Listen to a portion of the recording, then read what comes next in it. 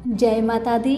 मेरे सभी प्यारे दोस्तों, मैं लक्ष्मी शर्मा बड़ों को चरण स्पर्श, छोटों को प्यार और बराबर वालों को दिल से नमस्कार करती हूँ।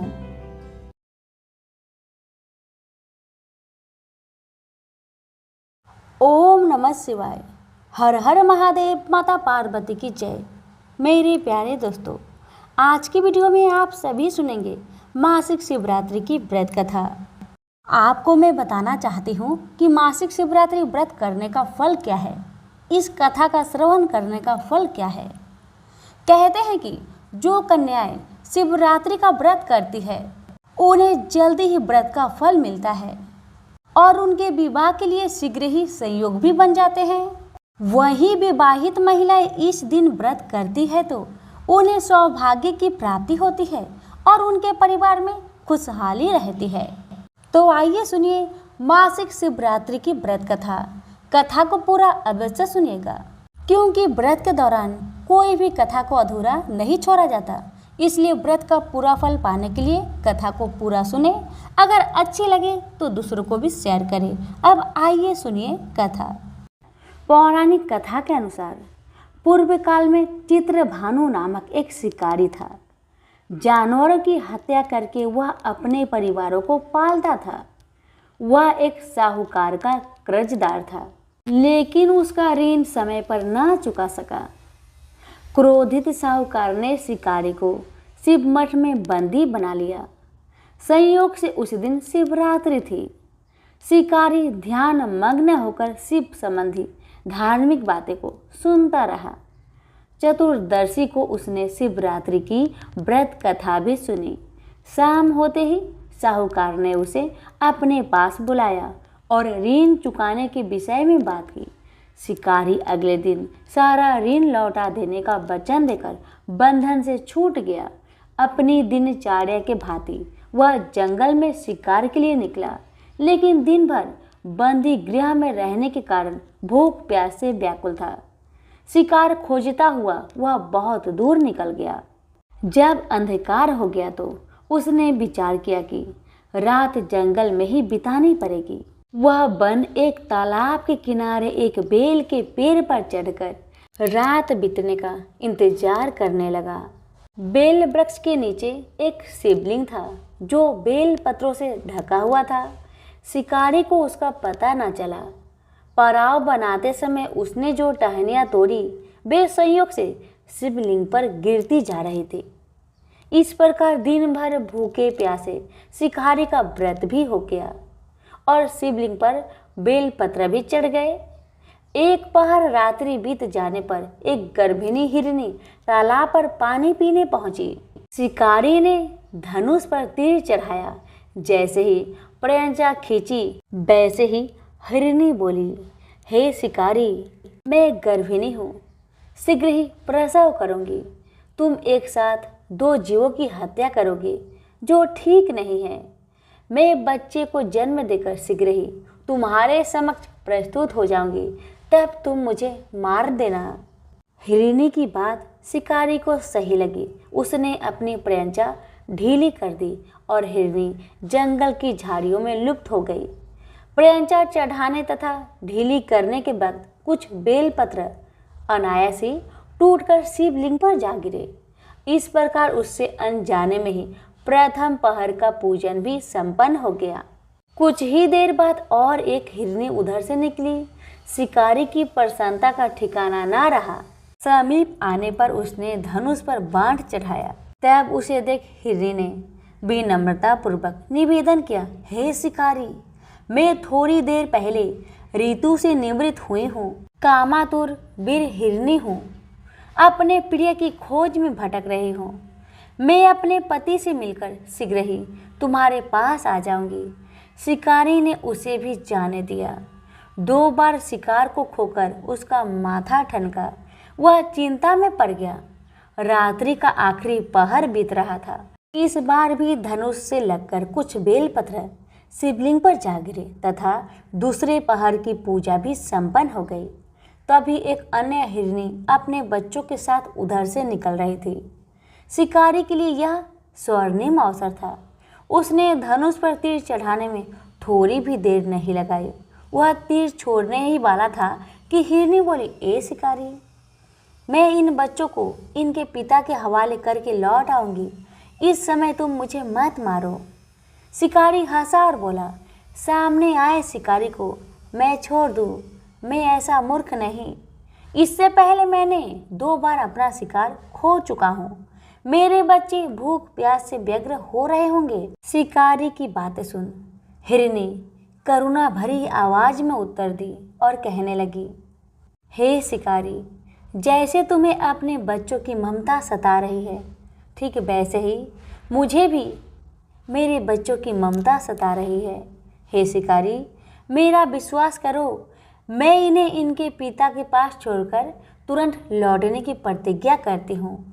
हिरनी का दुख भरा स्वर सुनकर शिकारी को उस पर दया आ गई। उसने उस मिर्गी को भी वहाँ से जाने दिया। शिकार के अभाव में तथा भूख प्यास से व्याकुल शिकारी अनजाने में ही बेल वृक्ष पर बैठा बेल पत्र तोड़ तोड़ कर नीचे फेंकता जा रहा था। पाँव फटने को हुई तो एक हष्ट-पुष्ट मृग उसी रास्ते पर आया। शिकारी ने सोच लिया कि इसका शिकार वह अवश्य करेगा। शिकारी की तनी पर्यंचा देखकर मृग विनीत स्वर में बोला, हे शिकारी, यदि तुमने मुझसे पूर्व आने वाली 3 मृगों तथा छोटे छोटे बच्चों को मार डाला है तो मुझे भी मारने में विलंब ना करो, ताकि मुझे उनके वियोग में एक क्षण भी दुख ना सहना पड़े। मैं उन हिरनियों का पति हूँ। यदि तुमने उन्हें जीवन दान दिया है तो मुझे भी कुछ क्षण का जीवन दान देने की कृपा करो। मैं उनसे मिलकर तुम्हारे समक्ष उपस्थित हो जाऊंगा। मृग की बात सुनते ही शिकारी के सामने पूरी रात की घटना चक्र घूम गया। उसने सारी कथा मृग को सुना दी। तब मृग ने कहा, मेरी 3 पत्नियां जिस प्रकार प्रतिज्ञाबद्ध होकर गई है, मेरी मृत्यु से अपने धर्म का पालन नहीं कर पाएगी। अतः जैसे तुमने उन्हें विश्वास पात्र मानकर छोड़ा है, वैसे ही मुझे जाने दो। मैं उन सब के साथ तुम्हारे सामने शीघ्र उपस्थित होता हूँ। शिकारी ने उसे भी जाने दिया। इस प्रकार सुबह हो गई। उपवास, रात्रि जागरण तथा शिवलिंग पर बेलपत्र चढ़ने से अनजाने में ही पर शिवरात्रि की पूजा पूर्ण हो गई। पर अनजाने में ही की हुई पूजन का परिणाम उसे तत्काल मिला। शिकारी का हिंसक हृदय निर्मल हो गया, उसमें भगवत शक्ति का वास हो गया। थोड़े ही देर बाद वह मृग स्व परिवार शिकारी के समक्ष उपस्थित हो गया ताकि वह उनका शिकार कर सके, किंतु जंगली पशुओं की ऐसी सत्यता, वास्तविकता एवं सामूहिक प्रेम भावना देखकर शिकारी को बड़ी ग्लानि हुई। उसने मृग परिवार को जीवन दान दे दिया। अनजाने में शिवरात्रि के व्रत का पालन करने पर भी शिकारी को मोक्ष की प्राप्ति हुई। जब मृत्यु काल में यमदूत उसके जीव को ले जाने आए तो शिवगणों ने उसे वापस भेज दिया तथा शिकारी को शिवलोक ले गए। शिव जी की कृपा से ही अपने इस जन्म में राजा चित्रभानु अपने पिछले जन्म को याद रख पाए तथा महाशिवरात्रि के महत्व को जानकर उसका अगले जन्म में भी पालन कर पाए। सभी प्रेम से बोलिए उमापति शंकर भगवान की जय। अब सुनिए शिवरात्रि से जुड़ी एक अन्य कथा। कपिलपुरी में यज्ञदत्त नामक एक ब्राह्मण रहता था। उसे एक पुत्र उत्पन्न हुआ जिसका नाम उसने गुणनिधि रखा। बालक बड़ा बुद्धिमान तथा चतुर था। 8 वर्ष की छोटी सी आयु में ही उसने बहुत सी विद्याएं सीख ली थी, परंतु वह कुमार्ग में पड़कर अपने धर्म और कर्म से भटक गया। वह जुआरी, खेलकूद में संलग्न और गाने बजाने वालों का साथी बन गया। उसने बहुत ही जल्दी अपने पिता की कमाई लुटा दी। उसकी माता उसे रोकती थी, परंतु प्रेम के कारण उसके संबंध में उसके पिता को कुछ न बताती थी। पुत्र चाहे कितना ही बुरा हो, परंतु माता कभी उसका बुरा नहीं चाहती। यही डर से उसने अपने पति को अपने पुत्र की सच्चाई नहीं बताया। क्या पता सच्चाई जानने के बाद उसके पिता उसके साथ कैसा व्यवहार करे। ये सोचकर ब्राह्मणी अपने पति ब्राह्मण को कभी कुछ नहीं बताते थे। जब भी कभी ब्राह्मण यज्ञदत्त अपने घर आकर पत्नी से पूछता कि मेरा बेटा गुणनिधि कहाँ है, ब्राह्मणी हर रोज झूठ ही बोल देती थी कि आपका बेटा कहीं बाहर गया होगा। कभी कहती कि बेटा स्नान कर रहा है, तो कभी कहती मंदिर में बैठकर पूजा पाठ कर रहा होगा। हमेशा हर रोज एक न एक बहाना, एक न एक झूठ बोलती जा रही थी। लेकिन सच कहूँ दोस्तों, ऐसा कभी नहीं करना चाहिए, ऐसे बच्चे बिगड़ जाते हैं। ब्राह्मणी कभी भी अपने पति यज्ञदत्त से अपने पुत्र की सच्चाई के बारे में नहीं बताई, हमेशा छुपाती रही। यज्ञदत्त अपने पुत्र की असली भेद न जानते हुए उसने अपने पुत्र गुणनिधि का विवाह कर दिया। विवाह हो जाने के पश्चात यज्ञदत्त की पत्नी अपने पुत्र को सदा समझाती कि तुम्हारे पिता बड़े महात्मा हैं, जब उनको तुम्हारे बारे में मालूम होगा तो उसके लिए तुम्हें और मुझे दोनों को दंड देंगे। तुम्हारा कुल बड़ा पवित्र है, फिर तुम यह बुरे काम क्यों करते हो? मेरे बच्चे, तुम्हारा कल्याण इन बुरे कर्मों को छोड़ देने में ही है। परंतु गुणनिधि पर माँ के समझाने का कुछ भी प्रभाव न पड़ा। एक दिन उसने अपने पिता की अंगूठी चुराकर एक जुआरी को दे दिया।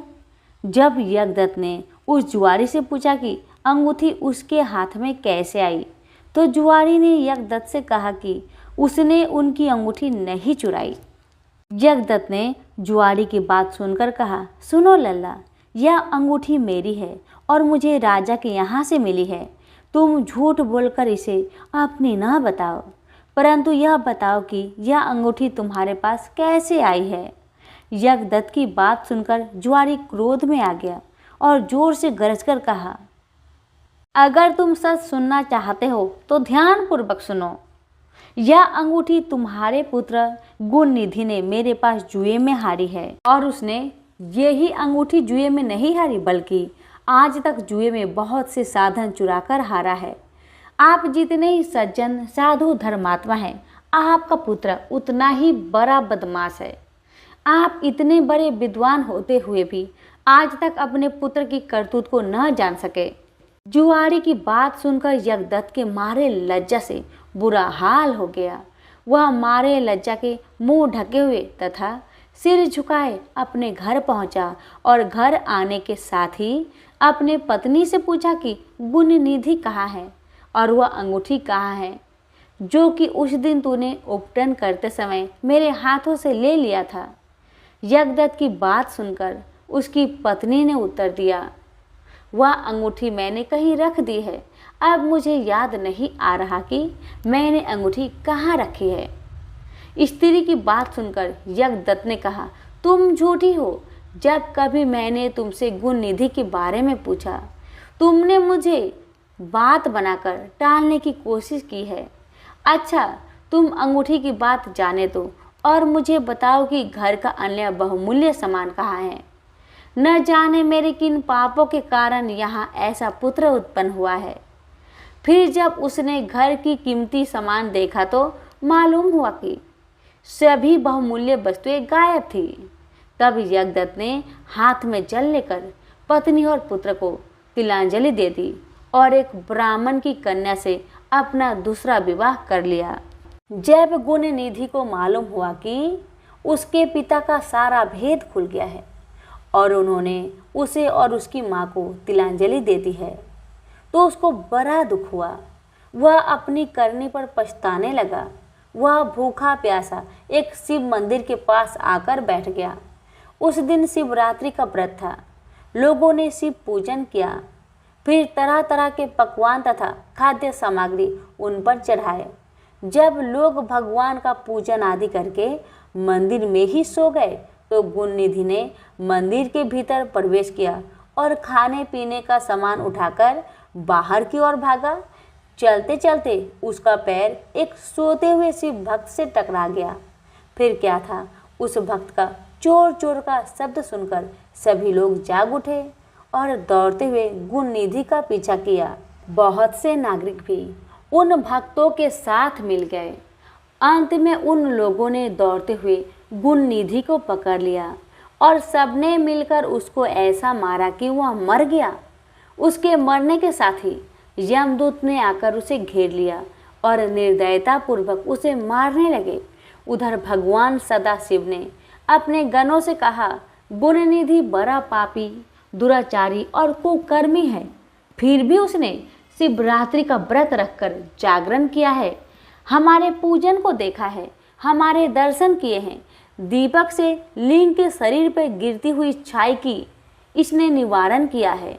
रात्रि में अपना वस्त्र फाड़कर उसमें बत्ती डाली है। प्रसंग बस इसने हमारे गुणों का श्रवण किया है तथा ऐसे ही और धर्म कार्य किए हैं, अतः वह हमारे लोक को आएगा। उसके पश्चात वह कलिंग देश का राजा होगा। तुम लोग वहां जाकर गुण निधि को, क्योंकि हमने उसे अपना लिया है। अतएव भगवान श्री सदाशिव की आज्ञा पाकर विमान पर बैठकर शूलधारी उनके पार्षद भी घटनास्थल पर आ पहुंचे और बोले, यमराज के गणों, तुम अब इस परम धर्मात्मा ब्राह्मण को छोड़ दो, क्योंकि अब इसमें कोई भी पाप शेष नहीं रहा है। यमदूतों ने भगवान श्री सदाशिव के पार्षदों से कहा, ये तो आपकी आज्ञा हमारे सिर माथे पर है, मगर यह तो दुष्ट महापापी कुकर्मी मांस तथा मदिरा का प्रयोग करने वाला और पर स्त्री तथा वैश्यगामी माता पिता की आज्ञा न मानने वाला चोर तथा जुआरू है। हम लोग इसलिए इसको ले जा रहे हैं। यमदूतों की बात सुनकर सदाशिव के पार्षदों ने कहा, तुम मूर्ख हो, यह ब्राह्मण पापी नहीं है।